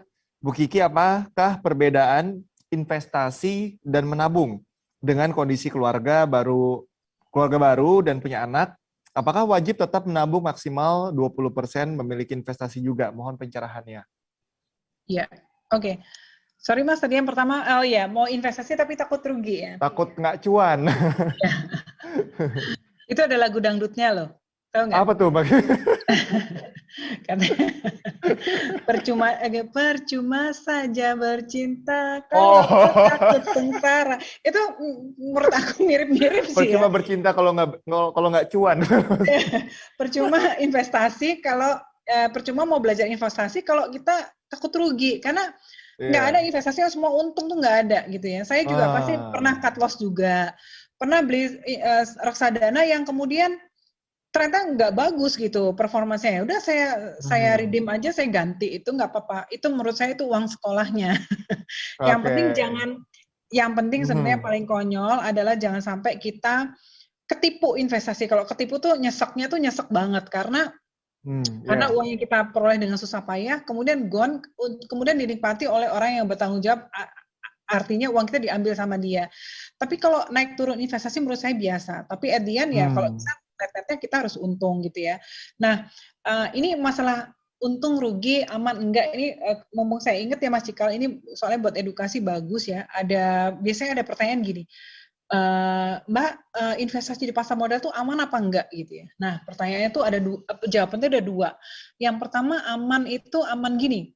Aman dalam hal kalau di mekanisme di pasar modal, kalau kita jual barang kita dapat saham, kita dapat uangnya. Kalau kita beli saham, kita dijamin dapat sahamnya. Itu dijamin oleh satu perusahaan namanya Clearing Penjaminan Efek Indonesia, KPI tadi salah satu SRO. Jadi udah pasti aman. Nah, di pasar modal kita punya, kalau di perbankan namanya seperti LPS, Lembaga Penjamin Simpanan ya. Nah, di kita juga ada PT Penyelenggara Perlindungan Pemodal Efek Indonesia, P3IEI ya. Kebetulan waktu itu yang saya termasuk yang inisiator pendirinya. Kita belajar sampai ke Amerika tuh Mas untuk belajar bikin lembaga pelindungan buat investor itu. Jadi yang dilindungin adalah bukan kalau investasi kita naik atau turun, bukan. Kalau itu memang ada risiko investasi. Tapi kalau yang dilindungin adalah misalnya uang kita disalahgunakan oleh nasabah, oleh oknum di perusahaan efek dan sebagainya. Itu yang bisa diganti atau dilindungi oleh si lembaga ini yang bentukan dari SRO tersebut gitu. Jadi balik ke pertanyaan tadi ya, kalau mau mencoba investasi ya pasti suatu saat kita akan mengalami ada investasi kita yang nggak sesuai dengan harapan, ya nggak apa-apa. Kita harus ini ya kita set target ya, kalau emang seperti ini ya cut loss saja nggak apa-apa, kita cari yang lain yang lebih bagus gitu ya. Jadi jangan takut juga, yang penting kita harus rasional, jadi jangan nyoba sesuatu nggak ngerti, uang kita 100% taruh situ lah, itu namanya konyol, nggak boleh juga seperti itu. Jadi yang penting inilah dipelajari dulu Dek gitu ya, untuk kita bisa menyelami lah. Kalau kita udah punya feel-nya tuh ya insya Allah bisa lah gitu ya. Terus yang kedua, ini tadi menikah, punya anak ya, terus antara sama investasi gimana? Sebenarnya gini, mungkin pertama menurut saya harus punya tabungan dulu ya sebelum investasi, karena apalagi punya anak itu pasti kita butuh dana darurat ya. Saya punya anak kecil-kecil juga tuh, ada aja yang benar-benar kadang di luar perencanaan tuh pasti ada uang keluar gitu, entah untuk apapun gitu ya, termasuk banyak hal lah nanti yang apalagi kita dalam pergaulan lah, pasti ada lah nanti urunan ini urunan itu segala macam, mak itu biasalah gitu ya. Nah menurut saya yang paling prinsip sebenarnya kita harus punya tabungan dulu, karena dari situ kita menyiapkan dana darurat kita ya. Tadi seperti tadi saya sampaikan. Tapi beyond dana darurat ya, yang tadi saya sampaikan diversifikasi Mas, itu termasuk juga kita harus punya dalam bentuk tabungan deposito, itu juga harus punya ya. Kalau gini, saya datang dari pasar modal yang mengajar investasi, tapi salah kalau saya bilang semua kita masukkan investasi itu suatu ajaran yang nggak benar juga ya, karena itu jadi tetap harus diversifikasi dalam arti ya harus punya tabungan, harus punya asuransi seperti itu ya, harus punya investasi, beli emas silakan, bagus, punya emas bagus gitu ya. Jadi sedikit demi sedikit aja. Yang penting disiplin itu, karena godaan itu pasti akan jauh lebih banyak. Apalagi punya anak, banyak barang lucu-lucu, itu pasti pengen beli cikal gitu. Itu ya. Masih semangat Mbak Kiki ini nimpalin para next geners? Semangat dong. Tapi waktunya tinggal 15 menit. Kayaknya sepertinya memang antusias banget Mbak Kiki soal investasi ini. Mungkin mereka juga baru mulai, masih takut-takut gitu ya. Ini ada pertanyaan lagi dari Teguh Harsena Manegra gitu. Ini kayaknya udah siap terjun nih. Menurut Ibu, untuk seorang investor yang masih pemula, untuk menaruh saham di sebuah perusahaan yang baik, itu berapa lot, Bu? Gitu. Selanjutnya tergantung duitnya, Mas. Udah siap terjun nih. Oke, selanjutnya dari Anastasia Andriarti. Ibu Kiki, bagaimana membangun mindset atau attitude investor? Silakan Mbak Kiki. Ini sahabat saya nih, Mbak Anas nih kayaknya nih ya. Wah. Mbak Anas pada bisa WA loh, nanya di forum, luar biasa Mbak Anas nih. Mau disebut namanya mungkin. Mau eksis juga. Mas Teguh, tadi pertanyaannya bagus sih. Kalau kita udah siap, kita mau beli berapa lot?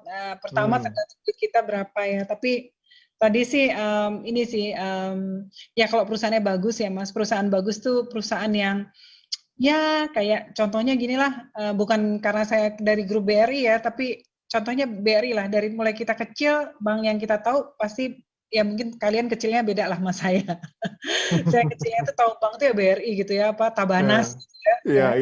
Gitu kan? Tabanas. Jadi orang dulu bilang duitnya ditabanaskan gitu, itu maksudnya tuh gitulah gitu ya. Iya. Nah itu terus sampai sekarang BRI itu ada di mungkin di paling pelosok itu BRI ada gitu, terus ATM-nya kita bisa lihat di mana-mana, terus performanya kemarin lagi krisis aja net profitnya 18 triliun loh, lagi krisis tuh ya, luar biasa, pertumbuhan asetnya juga paling gede dan sebagainya. Jadi saya yakin kok dengan pertumbuhan ekonomi Indonesia sepertinya perusahaan-perusahaan seperti Bank BRI, Bank Mandiri, BCA itu kok akan ada terus ya, dan kemarin selalu bagi dividen. Nah kalau perusahaan-perusahaan kayak gini ya aku sih nggak khawatir ya naruh banyak uang saya di situ ya, atau di perusahaan-perusahaan sekelas yang Indofood ya, ini teman-teman anak kos nih banyak makan Indomie kan, kemarin di KBRI misalnya contohnya, ternyata itu sangat terkenal sekali sampai luar negeri gitu ya. Jadi yang seperti itu justru kayak misalnya mie instan itu kan contoh-contoh bisnis yang akan resilient terhadap apapun situasi ekonomi ya. Mungkin malah lagi krisis orang makin banyak makan mie instan gitu. Nah kayak gitu aja nggak apa-apa gitu. Yang penting ya tadi Mas tetap lakukan diversifikasi, jangan semua di saham gitu. Jadi tapi kalau dalam hal liquid ya, saham itu very liquid ya. Sekarang cuma butuh 2 hari untuk kalau kita jual T+2 gitu. Terus Mbak Anas tadi nanya apa Mas? Gimana ngerubah mindset? Mindset. Bagaimana membangun mindset dan attitude investor? Jadi sebetulnya mindset yang harus dirubah adalah ini ya, yang paling gampang adalah hidup untuk hari ini ya, which is nggak salah dan nggak bener 100% nggak salah dan 100% nggak bener nggak salah 100% nggak bener 100%. Artinya untuk hari ini kita enjoy karena yang kita miliki adalah hari ini, kita nggak tahu besok, tetapi kebahagiaan kita, kenyamanan hidup kita di masa yang akan datang itu adalah tanggung jawab kita. Jadi itu dulu. Jadi siapkan masa depan kita dari mulai sekarang dan tanggung jawab misalnya ini ya kebahagiaan kita ya itu dasar juga ya. Yang bertanggung jawab terhadap kebahagiaan kita adalah diri kita sendiri. Jadi kalau tadi saya bilang remaja-remaja putri yang belum menikah, cita-cita dapat suami yang kaya atau apa, ya alhamdulillah kalau dapat suami yang kaya raya. Tapi kalau tidak pun kita bisa menyiapkan masa depan kita merdeka secara keuangan dengan baik gitu ya. Itu di kita sendiri. Terus yang kedua adalah bahwa menabung itu bukan investasi, itu betul ya. Jadi memang gini Mas, dulu ada pertanyaan kenapa sih pasar modal kita tuh susah sekali berkembang gitu ya, seperti misalnya di Amerika. Paling gampang jawabannya, karena kita dimanja dengan rezim bunga bank yang tinggi ya. Dulu pernah ngalamin bunga bank yang sangat tinggi, ibaratnya ngapain kita capek-capek investasi kalau sekarang ditaruh di bank aja kita tidur, uang kita sudah dengan interest yang sangat tinggi atau bunga yang sangat tinggi. Tapi dengan berjalannya waktu, nilai tingkat suku bunga terus turun, ya orang mau nggak mau cari alternatif investasi, cari alternatif di mana uangnya bisa berkembang, yaitu salah satu investasi gitu. Jadi mindset menabung bukan investasi betul, tetapi tidak semua harus kita investasikan, tetap kita harus punya tabungan gitu. Mungkin itu sih yang sederhana Mas, dan berani mulai sekarang gitu, jangan ya bisa untuk tahu wacana tapi nggak akan mulai gitu, akhirnya nggak akan kejadian. Terakhir mungkin. Ini mungkin terakhir ya Mbak Kiki, pertanyaan dari Negeners, dari Diana Martini. Halo, selamat siang Bu Federica, saya ingin bertanya, dalam berinvestasi pasti ada risiko yang akan dihadapi. Bagaimana cara kita mengelola risiko dalam investasi agar dampaknya bisa diminimalisir? Ya, risiko pertama, risiko yang paling dasar adalah risiko masuk ke investasi abal-abal atau investasi ilegal. Itu dulu hati-hati. Jadi yang pertama pastikan apapun yang Anda investasikan itu adalah yang legal dan terdaftar di otoritas, yaitu otoritas jasa keuangan. Itu basic banget, itu paling basic. Yang kedua risiko adalah ketika Anda tidak tahu apa yang Anda beli, ketika Anda tidak tahu apa yang Anda investasikan, itu adalah sangat berisiko ya. Tapi satu lagi nih Mas Cika, mumpung ingat ya. Tidak melakukan apapun untuk masa depan kita itu adalah justru resiko yang paling besar ya. Jadi jangan ngerasa bahwa ini ada resikonya, rasa ya udahlah gue nggak ngapa-ngapain lah. Menurut saya itu resikonya justru paling tinggi kan. Tidak melakukan apa-apa untuk menyiapkan masa depan. Jadi yang penting untuk mau mulai, pertama udah mau mulai is something yang luar biasa bagus. Sisihkan dari uang yang kita punya untuk kita investasikan, jangan pakai uang yang kita perlukan dalam waktu dekat, misal untuk uang sekolah anak, uang untuk makan sehari, jangan pakai itu, tapi uang yang memang kita sisihkan untuk investasi. Dan kalau risiko itu, kalau tadi saya sampaikan, kalau kita nggak tahu apa yang kita beli, tapi kalau kita pun sudah ngitung benar sesuatu yang tiba-tiba sesuatu datang, misalnya krisis atau apa, itu juga bisa terjadi. Jadi, tetapi saya yakin ya, if you are a good investor, despite any kind of situation of the market, you can always make money. Jadi itu adalah kalau justru investor yang udah kalau cerdas Mas, di saat apapun dia akan bisa make money. Kayak tahun kemarin ternyata ada sektor-sektor yang resilient, sektor telekomunikasi atau seperti consumer gitu ya, itu benar-benar yang bisa resilient gitu. Itu sih. Oke. Mbak Kiki, kayaknya nambah lagi nih pertanyaannya. Mas, tadi aku ini saking semangatnya ini, Mas, tadi aku udah izin sama Mas Dwi. Aku boleh kasih ini ya, door prize ya. Tadi buat monggo terserah nanti Mas Cikal yang bagiin kepada siapa, apakah pada yang nanya, apa yang lain yang nanya belum dibacain. 15 orang dapat 1 lot saham BRI ya, 1 lot artinya 100 lembar. Wow, gile. Tapi mesti di tempatku ya. Oh iyalah. Dibukain Coba ini di udah dijawab pertanyaannya, coba. Ini malah pertanyaannya nambah lagi, dikasih door prize pula 1 lot. Terus ya. Silakan pokoknya Mas Cikal, nggak harus sekarang, nanti di bagian nanti juga aku ngikut aja. Oke. Thank you banget Mbak Kiki. Tapi ini nggak apa-apa ya, ini ada pertanyaan. Ini masuk lagi pertanyaan Mbak Kiki, boleh ya? Boleh. Oh, Next Geners, coba. Nikmat mana yang kalian dustakan, para milenial? Ini ada pertanyaan dari Taufik Rizky. Izin bertanya, Bu, menurut Ibu lebih baik investasi saham atau trading saham? Oke, selanjutnya ada Rizky Mahardika dari Jambi. Jika dibandingkan antara investasi di instrumen emas dan RDPU dengan tujuannya untuk persiapkan dana pendidikan dalam 5 tahun ke depannya, sebaiknya kita memilihnya berdasarkan apa ya, Bu? Terima kasih. Oke, tadi yang pertama apa, Mas? Sorry. Dari Taufik Rizky, lebih baik investasi saham atau trading saham? Trading saham. Oke. Mungkin saya tarik sedikit ke belakang buat yang lain bedanya apa sih? Kalau investasi saham artinya kita itu long term investor. Jadi benar-benar kita lihat fundamentalnya, kita beli mungkin kita lupain ya untuk berapa tahun ke depan, nanti pas kita perlu baru kita jual. Atau kita jadi trader saham ya, trading saham. Artinya kita beli sekarang, nanti sebentar lagi kita jual, sore kita jual atau nunggu berapa hari ini kita jual. Menurut saya secara fundamental harusnya kita menjadi investor yang sejati, itu artinya yang benar-benar fundamentalis ya, yang kita melihat perusahaan kita beli apa dan sebagainya. Tetapi nggak semuanya, nggak harus selalu begitu juga. Artinya kalau teman-teman udah mulai canggih nih, udah mulai ngerti ya, untuk coba-coba trader juga nggak apa-apa juga, bagus juga gitu. Artinya udah mulai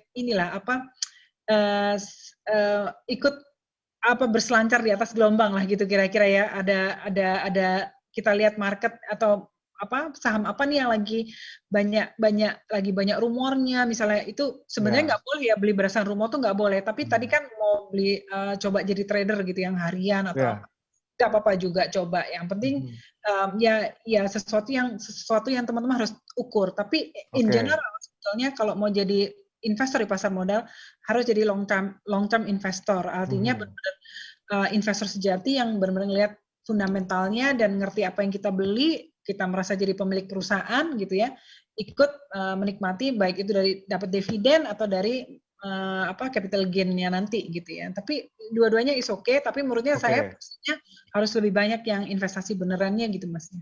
Oke. Selanjutnya ini dari Kezia Gabriel Haryanto.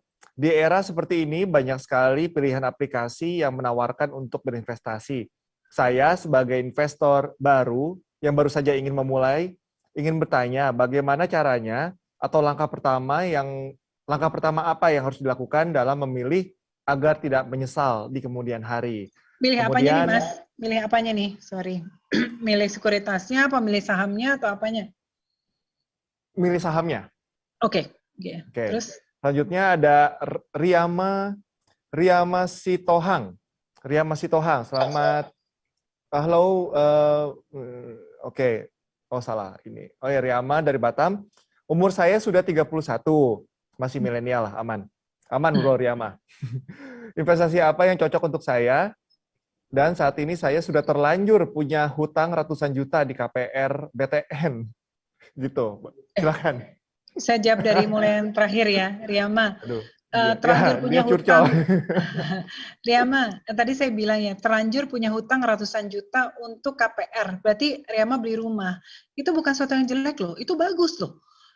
Saya juga pertama beli rumah saya pasti nyicil gitu ya, karena kalau saya ngumpulin duit dulu baru beli rumah nggak kekejar harganya Mas, karena memang Benar. harga rumah jauh lebih cepat daripada kita bisa menginvestasikan duit kita ya. Jadi saya pun beli pakai KPR ya Ma, dan itu mungkin bukan ratusan ya, miliar mungkin ya, tapi alhamdulillah udah lunas.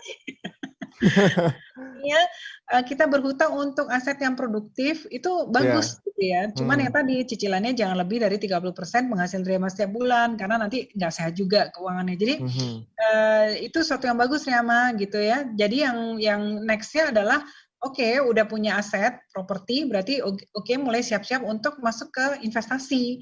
Tadi siap sisihkan ya misalnya sebulan misalnya 100.000, 200.000 sampai 1 juta tergantung kemampuan kita aja. Mulai kita sisihkan untuk investasi gitu Riyama. Jadi you are on a good track gitu malahan untuk beli properti untuk punya aset sendiri walaupun itu pinjam di bank gitu, which is okay, good. Nanti buat teman-teman next gener yang baru nikah mau pengen rumah ya jangan tunggu duitnya ngumpul dulu, nanti harga rumahnya udah kemana-mana, duit kita kok segitu-segitu aja gitu. Tapi kita KPR is okay gitu. Terus tadi apa Mas? Sorry aku lupa. Yang sebelumnya menawarkan saya sebagai investor yang baru saja yang gimana gitu ya. Oke. Dari Kezia. Kezia tadi pertanyaannya sebenarnya udah beberapa saya jawab ya. Tapi ini mungkin lebih realnya seperti ini ya. Kalau milih saham seperti apa prospek pasar saham tahun 2021? Ini contoh aja untuk analisa ya. Ini dari tim riset dan Raksa Sekuritas. Nah, ini adalah contohnya 3 investment scheme sektor dan topiknya tuh apa sih gitu ya. Berdasarkan analisa fundamental. Again ya, saya bilang kalau menjadi investor sukses tuh lihat fundamental. Tadi yang Warren Buffett tadi, itu dia investor yang sangat mengutamakan fundamental perusahaan. Nah, sekarang kita melihatnya 3 faktor nih. Sektor-sektor apa yang resilient ya, yang tahan terhadap gonjangan-gonjangan, krisis segala macam, kemudian recovery domestik dan global recovery. Nah, kalau resilient factor ini ya, sektor ini ya, yang sektor-sektor yang tadi saya sebutkan tadi, ini adalah pilihannya seperti sektor consumer ya, sama telekomunikasi. Ini dari tim riset kami ya, ini boleh menjadi teman-teman ya. Terus mungkin kalau yang saat ini sedang recovery secara domestik, kita apa aja sih sektornya? Perbankan nih, contohnya ada Bank BRI dan sebagainya, otomotif, ada sektor konstruksi, retail, properti, dan area industri dan sebagainya. Nah, kalau sektor pilihan perkebunan yang untuk global recovery ya, setelah pandemi, perkebunan juga saat ini menarik dan juga batu bara. Mungkin seperti itulah jenis kita menganalisa sesuatu, jadi kira-kira kita milih saham apa gitu. Jadi ikut banyak-banyak kelas-kelas investasi aja, nanti makin lama kan udah dapat feelingnya gitu, udah dapat sense ya. Oke. Ini mungkin terakhir ya, Next Geners ke Mbak Kiki. Ini ada dari Franz Joshua. Franz Joshua izin bertanya Bu, apakah asuransi link termasuk investasi? Ya, ini pertanyaan menarik ya. Kalau kita beli investasi, kadang-kadang ada nge-link kepada investasi ya, seperti itu. Dan kadang mereka masuk pilihannya ada ke kalau kita agresif nanti dimasukkan ke yang unit reksadana saham, ada yang masuk ke obligasi, pasar uang dan sebagainya. Itu biasanya nanti agen asuransi akan mensimulasikannya pada kita. Ya punya asuransi is one thing, which is good gitu ya. Punya asuransi itu bagus. Tetapi kedua kalau kita mau ngelingkan kepada investasi ya kalau pengen punya sih boleh-boleh aja ya. Tapi sebenarnya kalau teman-teman udah mulai canggih ya, udah mulai bisa ngatur sendiri, ya beli mohon maaf. Kalau mau beli asuransi aja beli ya. Misalnya coverage kesehatan untuk kita kalau sakit opname, tapi investasinya kita atur sendiri. Itu juga bisa sih kayak gitu. Jadi depend on you. Tapi kalau udah mulai pinter ya kita ini sendiri aja, invest sendiri aja. Tentunya kita lebih lincah, bisa pindah-pindah, kapan kita mau ubah dan sebagainya. Itu sih. Pak Kiki, thank you banget ya. Sama-sama, ini udah dilayani semua pertanyaan dari Next Geners. Tapi ya senang sih ya kalau kita lihat antusiasme Next Geners ini untuk mindsetnya bisa berubah gitu kan. Dia mulai berani lah, tadi yang masih ragu-ragu mulai berani, seneng banget lah ya. Oh ya Mbak Kiki, ini kan kita izin ya mau bacain pemenang-pemenang yang pemenang untuk 200.000 dan juga ini ada hadiah dari Mbak Kiki ya, 1 lot. Ini luar biasa, saya jadi ngiri. Aduh. Oke, ini untuk pemenang yang berhasil mendapatkan e-money, e-wallet 200.000 sekaligus satu lot ya, satu lot dari BBRI ini sudah disepakati, yakni Muhammad Arfian dari Sorong, Papua, ya, dari Papua Barat, Sorong, Papua Barat. Dan untuk pemenang yang dapat satu lot saham di BRI Sekuritas, saya bacakan. Yang pertama, Yoga Anjarestu.